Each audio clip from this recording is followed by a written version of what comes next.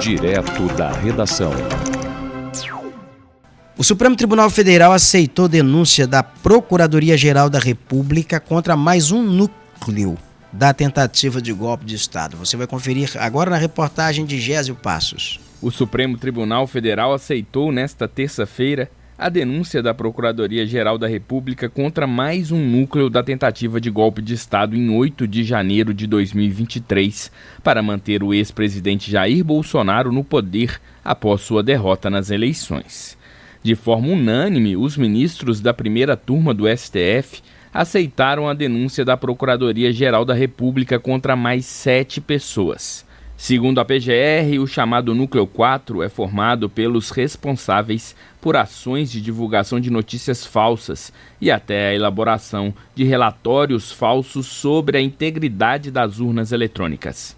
O relator do processo, o ministro Alexandre de Moraes, avaliou que o Ministério Público comprovou a participação efetiva dos acusados na trama golpista. A Procuradoria-Geral da República diz que operações estratégicas de desinformação ficaram a cargo dos hoje denunciados. Eles propagaram notícias falsas sobre o processo eleitoral e realizaram ataques virtuais a instituições e autoridades que ameaçavam os interesses do grupo.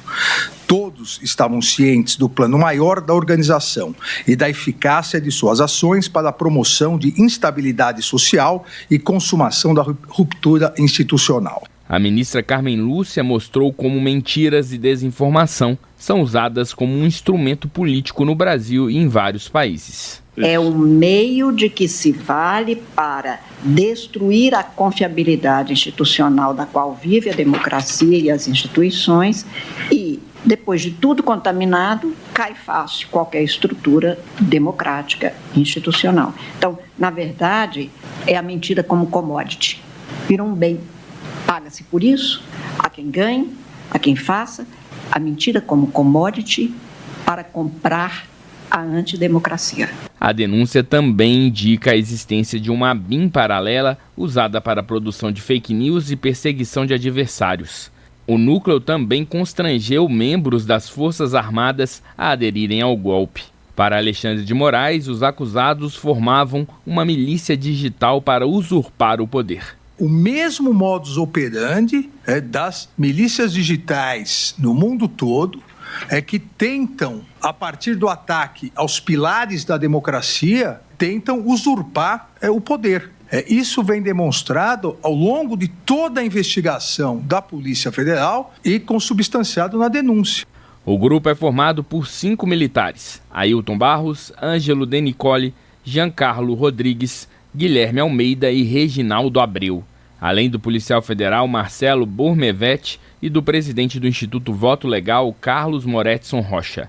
Eles foram denunciados pelos crimes de tentativa de abolição violenta do Estado Democrático de Direito, golpe de Estado, organização criminosa armada, dano qualificado e deterioração de patrimônio tombado. As defesas dos acusados defenderam a inocência de seus clientes. Ainda questionaram a competência da primeira turma e a suspeição do ministro Alexandre de Moraes. Os acusados agora passam a ser considerados réus e vão responder a uma ação penal no STF.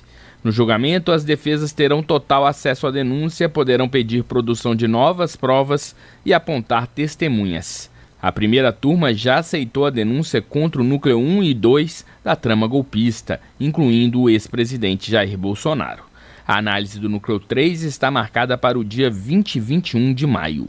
Da Rádio Nacional em Brasília, Gésio Passos. Olha, esse processo, para comentar ele, para entender como é que está sendo o julgamento dos ministros do Supremo Tribunal Federal, dessa turma do Supremo Tribunal Federal, é preciso primeiro ler esse processo, e eu tive a paciência de ler, porque ele é muito detalhado, são vários núcleos, e por que essas pessoas estão sendo condenadas e algumas delas estão sendo presas. O que a Polícia Federal investigou, o que colheu de provas e que evidenciou, o que o Ministério Público, a partir dessas provas, ofereceu em termos de denúncia e por que o Supremo Tribunal Federal está aceitando essa denúncia e dando agora curso ao processo, tocando esse processo para julgar. Porque aí agora começa a defesa a se manifestar, a acusação, e depois então os ministros vão julgar o processo. Primeiro, a Procuradoria-Geral da República, ela entendeu, e a Polícia Federal apontou isso, porque colheu vídeos, colheu áudios, colheu documentos, colheu uma série de elementos de convicção. Que, primeiro, havia ali uma organização estruturada para perpetrar um golpe de Estado. Isso era hierarquizado, que caracteriza ali uma organização criminosa. Então havia comando, havia área de comunicação, havia área operacional, essas pessoas se uniram sabendo que eles queriam consumar um golpe. E que esse movimento ele não começa naquele 8 de janeiro, que ele começa muito antes, já no processo em que Bolsonaro era presidente da República, reunia aquelas multidões, atacava a urna eletrônica, fechamento de estradas, acampamento na porta do exército para motivar militar a dar golpe. Depois, diante da resistência de segmentos militares, o ataque por meio dessas milícias digitais aos ministros, a desmoralização da justiça.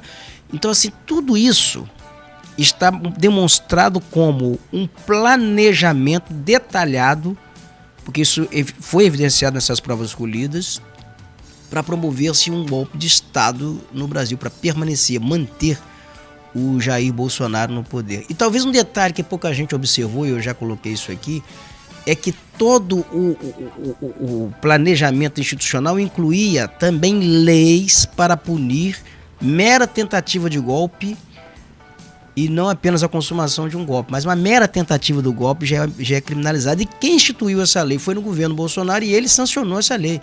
Então Bolsonaro sancionou uma lei na expectativa de permanecer no poder e depois partir para cima de qualquer reação qualificando como tentativa de golpe de Estado e prender. Então esse seria o remédio amargo que o Bolsonaro criou para aplicar lá na frente. Só que ele perdeu a eleição. Quando ele perde a eleição, aí muda os planos, você vai consumando, vai buscando assim um formato mais violento para consumar o golpe de Estado. Foi aí que deu a quizira toda. Então aí veio o 8 de janeiro, veio na sequência uma série de situações e essa milícia, esse núcleo aí dessa organização, ela visava justamente atacar essa estrutura. E quem vai detalhar isso aí é a procuradora, a Bruna Marques. Ela faz na acusação dela, na peça de acusação e na manifestação dela na audiência de ontem no Supremo, ela detalha isso. Vamos ao que ela fala. Todos tinham consciência e agiam no sentido de alcance do objetivo comum que era exatamente depor o governo, não permitir que o governo legitimamente eleito exercesse o mandato e manter o presidente Jair Bolsonaro no exercício do cargo de presidente. Aqui o que se tem, e isso é indiscutível, é uma organização criminosa, uma organização estruturada, com todos os elementos que se exigem para a existência de uma organização criminosa. Uma estrutura de poder com hierarquia, divisão de tarefas, comando, todos agiram e concorreram para quê? Para que houvesse um golpe de Estado.